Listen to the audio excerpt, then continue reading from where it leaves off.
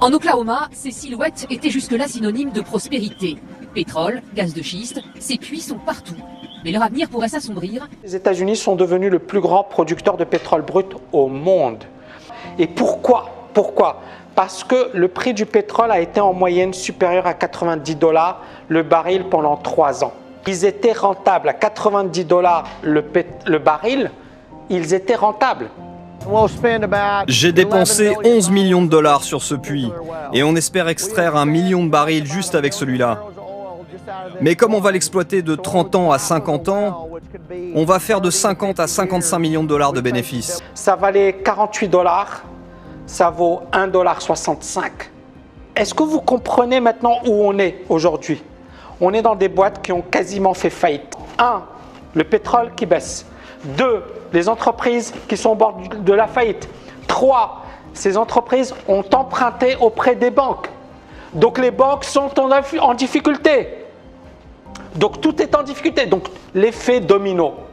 Et est-ce que vous comprenez pourquoi Trump il a mis des milliards de dollars?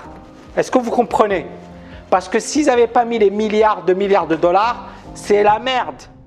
Donc, le marché pétrolier américain se prépare à de nouvelles difficultés dans les semaines à venir. Et c'est vraiment dramatique.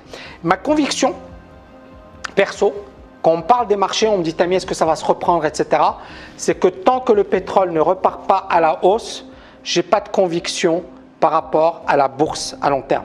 D'accord? Pourquoi? Parce que pour moi, le pétrole est extrêmement important. Et le pétrole, il a souvent joué un rôle d'indicateur avancé dans la santé économique d'un pays ou même la santé économique mondiale. On prend ici le cas du pétrole en mars 2009. Mars 2009, je donne une conférence au Salon de l'analyse technique et à l'époque, je suis encore indécis pour des raisons évidentes. Crise des subprimes, on n'a rien de positif et donc je ne suis pas très positif. Mais là, sur le pétrole, j'ai un signal qui est magnifique et je le donne en conférence. Je leur dis, je ne suis pas encore super haussier, mais j'ai un super signal sur le pétrole. Et justement, c'est ce signal qui a permis à l'économie ensuite de se redresser. Pourquoi? C'est très simple. Le pétrole, quand le prix augmente, ça veut dire que l'activité économique redémarre. On est d'accord? C'est-à-dire qu'on consomme du pétrole. Et donc, c'est important, encore une fois, de savoir que le pétrole, c'est un indicateur avancé de la santé économique. Et donc, ça a été pour moi un premier indicateur de retournement de tendance. Et juste après, j'étais passé acheteur. Ici, vous voyez bien sûr la crise des subprimes et vous voyez idem, la même chose. C'est-à-dire qu'on a eu le retournement en même temps que le pétrole. Donc, là, le pétrole, sur un plan historique, il est passé en 99, il valait quelque chose comme 10 $. On a eu une forte hausse ici en 2008, d'accord, qui était quand même, on était encore dans la crise des subprimes, hein, mais en 2008, on a eu une forte hausse et puis on a eu un crack. Ça, c'était clairement une bulle spéculative. Pourquoi le pétrole est monté? Pourquoi le pétrole est monté alors même qu'on a eu une forte baisse des places boursières européennes et américaines? C'est très simple. Les pays émergents à l'époque se comportaient plutôt bien. Ils étaient dans une croissance plutôt positive. Et donc, à partir de là, on s'est dit, OK, c'est la merde, mais on a ces pays émergents qui sont plutôt puissants et donc ça a poussé la demande de pétrole à la hausse. Jusqu'au moment où on s'est aperçu, encore une fois, vous voyez, 2009, qu'il y avait un gros problème et donc il y a eu un crack. Ça, c'est un magnifique exemple de bulle spéculative. Et puis en 2009, vous voyez la reprise du pétrole. Et puis regardez, 2011, 2012, 2013, on a une grosse stagnation. Pourquoi? Parce que l'économie, elle n'a pas redémarré, hein, notamment en Europe. C'est resté mou. Aux États-Unis, pas mal, d'accord, mais on n'a pas eu une reprise de fou. Et puis là, vous avez eu la concurrence, pétrole de schiste, etc. Et on a eu un crack sur le marché pétrolier. On a eu cette reprise, première jambe de reprise, et puis là, on a un deuxième crack. Et bien sûr, baisse de la consommation de pétrole, changement des habitudes, aujourd'hui prise de conscience par rapport au fait que l'économie doit être dans un développement durable, etc., etc., etc. Ça explique, voilà, il y a plusieurs raisons structurelles qui expliquent effectivement la baisse des prix du pétrole. Mais cette baisse s'explique également par la montée en puissance du pétrole de schiste aux États-Unis. Sous ces puits industriels, il faut donc aller chercher le pétrole parfois jusqu'à 2000 mètres de profondeur à travers 9 couches souterraines. On procède alors à une fracturation hydraulique, une fissuration de la roche à l'aide d'explosifs. C'est ce que sont en train de faire ces hommes en gris qui placent des explosifs au bout de ce long tuyau. On va l'insérer à 3 km dans le sous-sol. Quand on y est, on déclenche une explosion, ça crée une cavité, on y injecte de l'eau et du sable, ça fracture la roche, et ensuite, vous récupérez le pétrole. Le pétrole remonte à la surface sous forme liquide. Un procédé controversé, pas franchement écologique. Donc depuis 2014, le pétrole de schiste a créé un boom dans la production nationale de pétrole brut. Il a fait passer la production pétrolière américaine de 5,7 millions de barils en 2011 à 11,6 millions de barils par jour en 2018. En conséquence, les États-Unis sont devenus le plus grand producteur de pétrole brut au monde. Et l'industrie pétrolière américaine a trouvé le bon équilibre. Elle a augmenté l'offre assez lentement pour maintenir blablabli, blablabla. On a eu donc cette phase de boom. D'accord ? Et pourquoi ?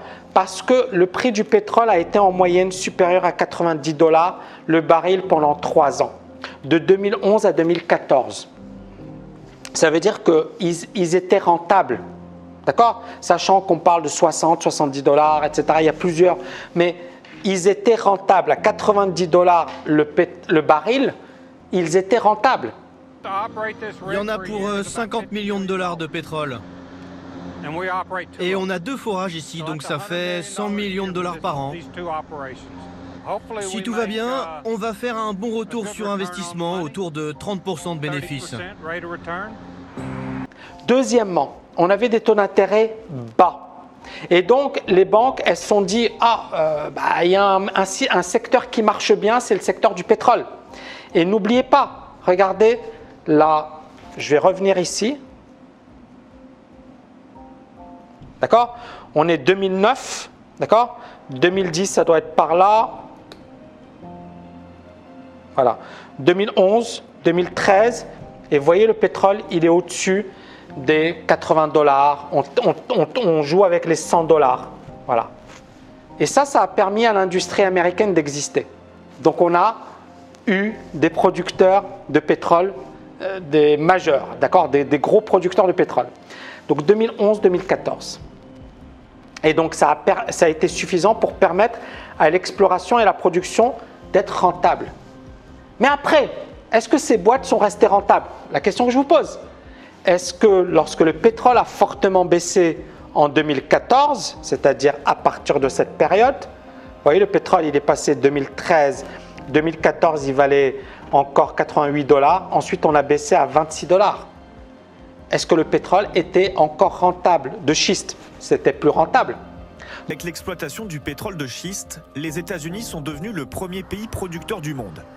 Ils sortent 12 millions de barils par jour. Mais ce pétrole est difficile à extraire, plus cher et donc moins rentable avec des cours très bas. Donc ces boîtes se sont mis à perdre énormément d'argent. Et donc, ici, la hausse soudaine de la production de pétrole, elle a créé une offre excédentaire. Ça a fait chuter les prix. Le prix du pétrole de Texas crude est passé de 106 $ à 32 $ le baril en janvier 2016. Les producteurs de pétrole ont continué à forer. Pourquoi? Parce qu'ils se sont dit ça va se reprendre par la suite. Le pétrole, il va monter à un certain moment.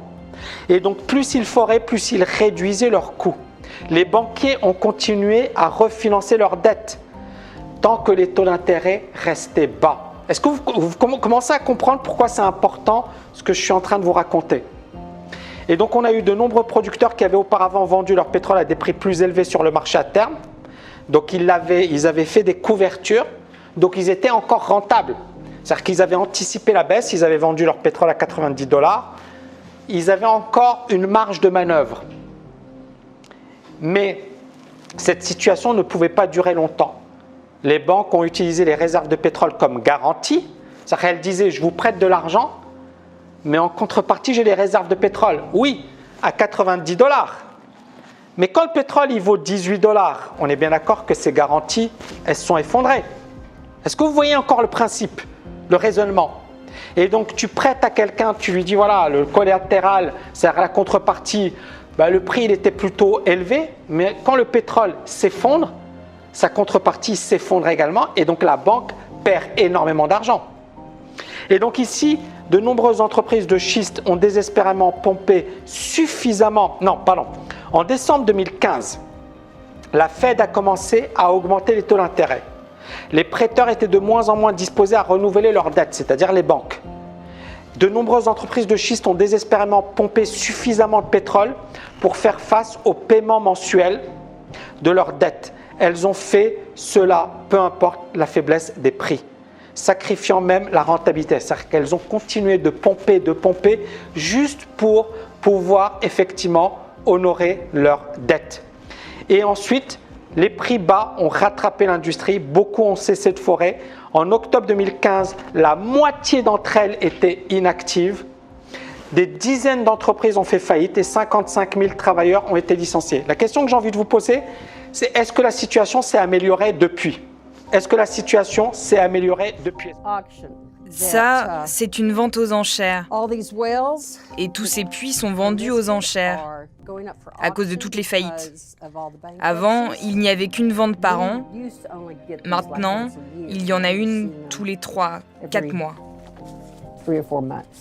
Mois de février 2020, je ne sais pas si vous vous en rappelez, à l'époque j'ai dit le pétrole il risque de baisser si on casse les 50 $, ça risque de faire très mal. Je ne sais pas si vous vous en rappelez de cette vidéo, je vais vous la remettre. On est dans une tendance baissière, super baissière. Mais le pétrole, ça c'est vraiment intéressant. Je vais vous prendre un graphe long terme. Comme ça va vous permettre d'avoir une idée de où on se situe sur le pétrole. Parce que là, c'est vraiment clé ce qui va se passer. Le pétrole, vous voyez ici, en 2016, on a eu un point bas sur les 27 $. D'accord, là, ça s'était effondré. Il y a beaucoup de hedge funds d'ailleurs qui ont perdu énormément d'argent durant cette phase. Puis on a eu cette phase de reprise sur les 86 $. Et là, vous voyez le pétrole qui baisse. Et vous voyez ici une grosse zone de support. C'est un graphique mensuel. C'est-à-dire que c'est du très long terme. Et on voit bien que si on casse cette zone de support, qu'est-ce qui va se passer? Ça va faire mal. On en revient à ce que je disais sur les indices. D'accord? On est vraiment sur des niveaux charnières. Et ce niveau de support, il a été touché en 2017. On a un autre petit support par là. Mais voilà, ce niveau, il a été touché en 2018, décembre 2018. Et on voit bien, c'est une grosse zone de support. C'est le niveau des 50 $, tout simplement. C'est 50 $. Et en dessous de 50 $, on a 26 $ sur le pétrole. Est-ce que ça va arriver? Si c'est la cata économique sur un plan mondial, c'est pas impossible. Ici, dans cette analyse, d'ailleurs vous la retrouverez sur ma chaîne YouTube, etc. Vous voyez, c'était le pétrole, il valait 50. D'accord? Et j'avais dit à l'époque, attention, si jamais on casse les 50 $, ça risque de faire très mal. Et on est bien d'accord que c'est reparti à la baisse et ça a chuté fortement. On a eu ensuite un petit rebond et là, la baisse, elle reprend. Et donc, pourquoi pour moi le pétrole est extrêmement important? Pour plusieurs raisons. Tout d'abord, sur un plan fondamental, si le pétrole ne repart pas, ça veut dire que l'économie ne repart pas. D'accord? Et donc la demande pour le pétrole, elle a fortement diminué. Pourquoi? Parce que l'économie, elle est complètement bloquée aujourd'hui. L'offre mondiale a chuté littéralement, la demande mondiale était inexistante. On a une mésentente entre l'Arabie Saoudite et la Russie. Et bien évidemment, on a inondé le pétrole, les compagnies aériennes sont à l'arrêt, le tourisme mondial est mort. Et bien évidemment, on a de faibles prix qui peuvent ruiner pas mal d'entreprises. Donc cette baisse, elle n'est pas sans dégâts. Et aux États-Unis, on a déjà des producteurs qui commencent à fermer volontairement les puits de pétrole et à réduire la production. Par exemple, ConocoPhillips a déclaré jeudi qu'elle retirerait 225 000 barils de pétrole par jour à partir du mois prochain. Et le régulateur de l'industrie pétrolière des États-Unis, de l'État du Texas, examine s'il faut réintroduire des réductions de production. C'est la première fois depuis les années 70. Ici, il y a beaucoup de gens qui m'en ont parlé et qui m'ont demandé mon avis. C'est WLL. Qui a acheté WLL parmi vous? J'espère que vous ne l'avez pas acheté cette action. Cette action, les amis, elle valait, regardez, elle valait 65 $ en mai 2018. En 2019, elle valait l'équivalent de 32 $. Aujourd'hui, elle vaut 0,34 $. Et aujourd'hui, cette entreprise, elle a fait faillite. Elle a fait faillite. Et c'est une entreprise pétrolière. Une autre entreprise, CHK, Chesapeake Energy Corp. Ici, on voit du 6000, là, on voit du 1445. What de WTF. On est d'accord ou pas? WTF. Autre entreprise, Ultra Petroleum. Elle valait 13. Là, elle vaut 0,0375. D'ailleurs, là, c'est un truc de dingue. J'ai envie de vous poser une question. Est-ce que vous trouvez logique que ces boîtes se soient littéralement effondrées? Est-ce que vous trouvez logique? Voilà, RIP. Ça y est, ces boîtes, elles sont complètement foutues. Tu m'entends bien, Yann, ou pas? Super. Donc, une autre boîte, California Resources. Ça valait 48 $, ça vaut 1,65 $.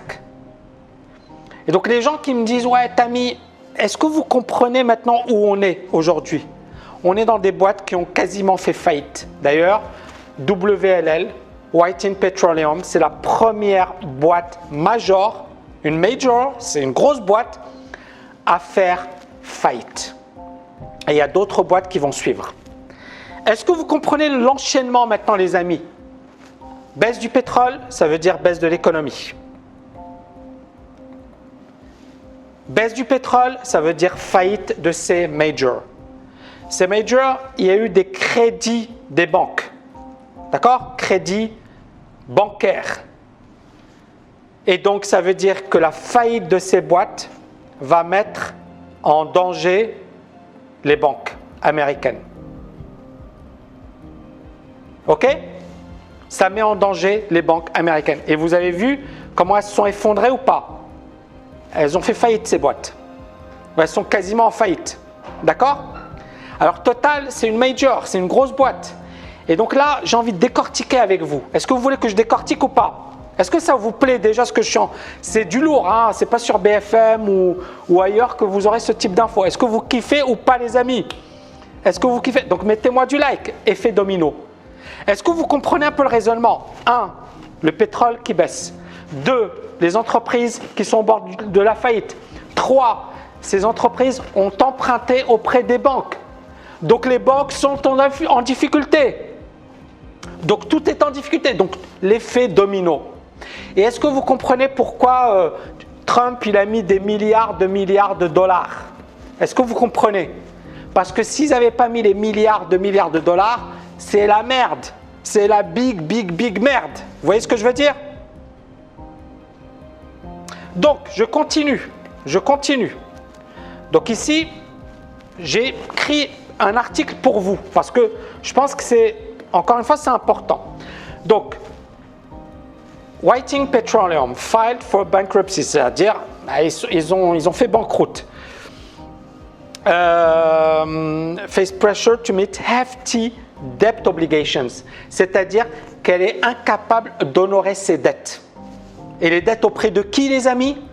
Les dettes auprès de qui? Je vais vous en parler juste après. Les dettes auprès des banques.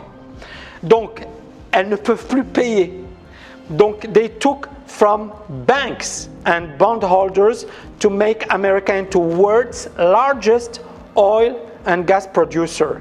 C'est-à-dire que ces boîtes, en 2 siècles, les États-Unis sont devenus le plus gros producteur de pétrole grâce à ces boîtes. Et ces boîtes font faillite. Est-ce que vous voyez l'ampleur de la crise et du danger. C'est énorme.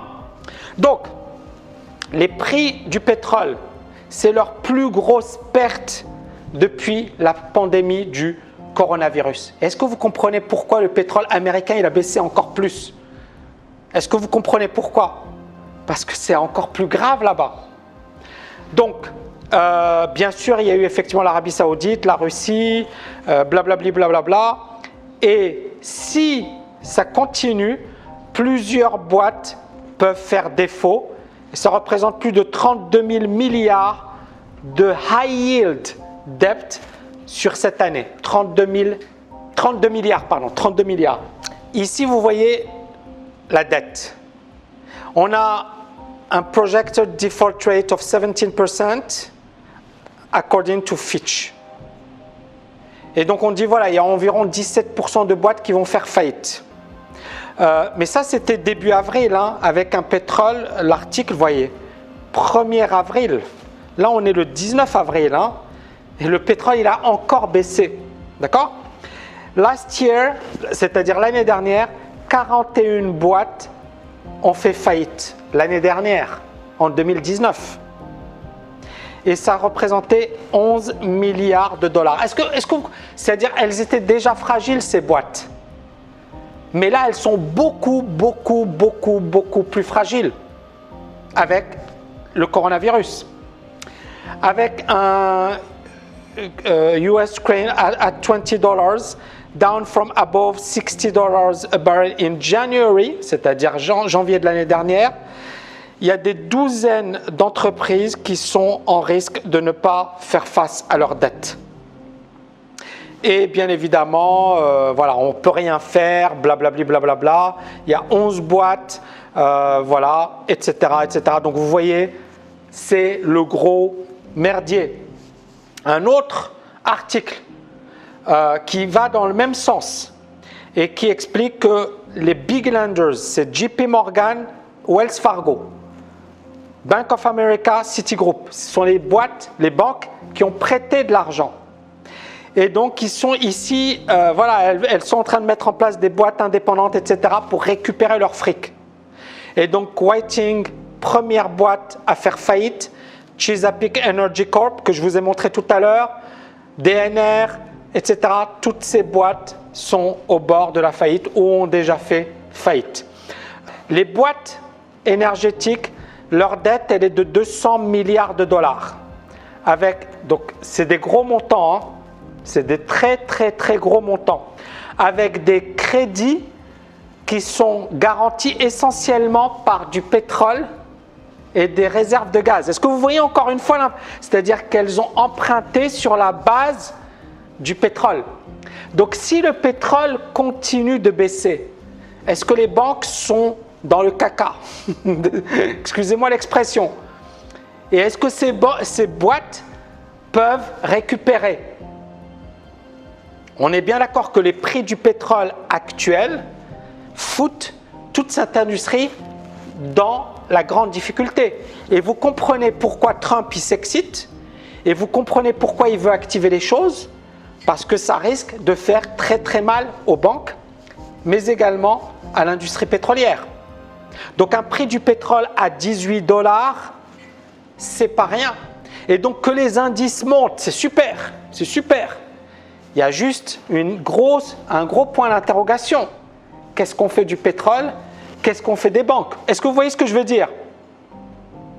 Est-ce que vous voyez ce que je veux dire? Il y a un gros problème. Il y a une grosse inconnue, c'est-à-dire que la semaine dernière, on a le prix du pétrole qui s'effondre et de l'autre côté, on a les indices qui montent encore. Il y a un énorme problème, une énorme contradiction. Alors bien sûr, moi je ne suis pas biaisé, le marché il a toujours raison. Mais à un certain moment, le marché il va revenir à la réalité. Donc je reviens sur US Oil. Vous voyez, ça s'est littéralement effondré. Et en parallèle, on a le S&P qui se comporte plutôt bien. Hein, vous voyez, le S&P, ça va, hein, il ne baisse pas. Mais vous avez le pétrole qui s'effondre. et qui dessinent des plus bas. Donc on voit bien qu'il y a une énorme incohérence. Mais encore une fois, le marché a toujours raison. Le marché a toujours raison. Si les indices veulent monter, ils vont monter, point à la ligne. Mais il ne faut pas oublier les fondamentaux. Et les fondamentaux sont importants. Donc ici, je continue. Est-ce que vous kiffez ou pas, les amis? Est-ce que vous m'entendez bien surtout?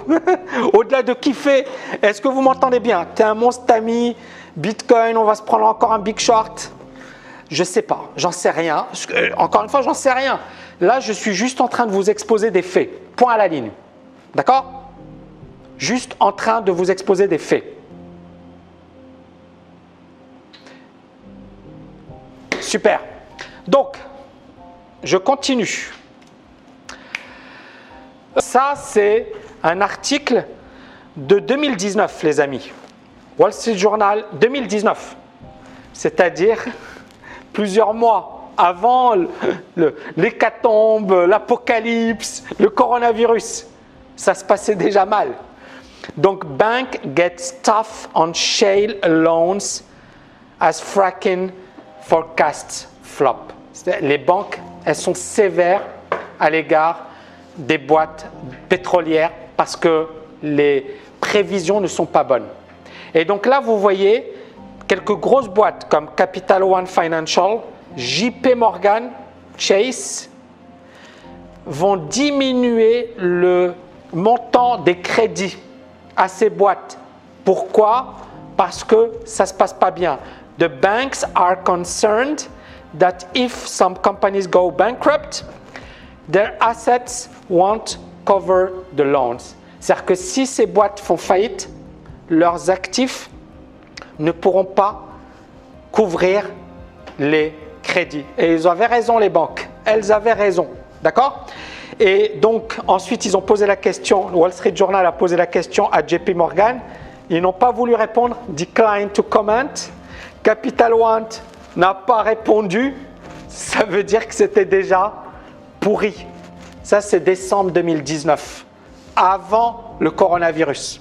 D'accord? Ça, c'est vraiment, vraiment, vraiment lourd. Donc ensuite, blablabla, blablabla, Chevron said that it plans to take a charge of 10 to 11 billion roughly. Donc ça, c'est des grosses boîtes. Et là, le président général, large companies are likely to weather the blow because of voilà, les grosses boîtes, elles peuvent gérer. Tout à l'heure, il y a des gens qui me parlaient de Total. Total, ça reste une grosse boîte, mais Total peut souffrir. Et là, JP Morgan, regardez, dans un comment dirais-je, document officiel, en septembre 2019, ils avaient une exposition de 44 milliards de dollars dans les prêts au pétrole, au gaz. 44 milliards de dollars pour une seule banque. C'est quand même un gros montant. D'accord? Capital One, plus de 3 milliards de dollars. Et blablabla, blablabla, voilà grosso modo. Et ils disent, quand on a eu effectivement des cracks have begun to show, les compagnies énergétiques représentaient plus de 90% des défauts sur la dette de crédit au troisième trimestre. Troisième trimestre 2019. Les 3/4 des défauts. On revient sur le pétrole de schiste. L'année dernière, en 2019, le pétrole, il valait combien? 2019, il était là. Ça valait 56 $, les amis. C'était là, hein, 56 $. Est-ce qu'avec... Et elles faisaient faillite. Les boîtes, elles étaient en difficulté. Est-ce qu'à 18 $, elles sont encore plus en difficulté? Je vous pose la question. Déjà là, l'année dernière, voilà, regardez. Là, elles étaient en faillite. Il y a plein de boîtes qui ont fait défaut. Est-ce que là, aujourd'hui, avec un prix de 18 $, c'est encore pire? Donc, ensuite, on a un scepticisme sur les banques a grandi parce qu'effectivement, les prêteurs, il y a plein d'infos contradictoires, etc. Donc vous comprenez pourquoi, pour le moment, je ne suis pas acheteur sur le pétrole. Je suis plutôt prudent sur le pétrole. Est-ce que vous le comprenez ou pas? Et je considère que le pétrole, pour le moment, pour moi, c'est un indicateur avancé. C'est-à-dire que la reprise du pétrole, hausse du pétrole,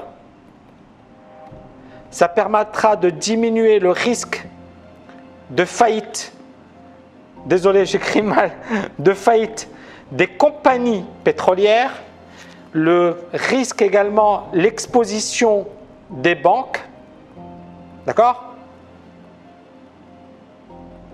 Et bien évidemment, c'est également un indicateur avancé de la santé économique, c'est-à-dire que quand le pétrole monte, ça veut dire que la santé va mieux. Vous comprenez pourquoi Trump il a appelé MBS, il a appelé Poutine, il leur a dit les gars, réconciliez-vous. Mais le marché il a continué de baisser. Même si ils ont arrêté, le marché il a continué de baisser. Et on voit bien pourquoi c'est aussi dangereux pour les États-Unis, pour l'industrie pétrolière américaine, qui est la première au monde, d'accord, pour le moment, mais également pour le système bancaire américain qui a beaucoup prêté à ces entreprises parce qu'à l'époque, c'était rentable. C'est bon ou pas par rapport à ça? Et puis, bien évidemment, sur un plan technique, clairement, c'est vendeur.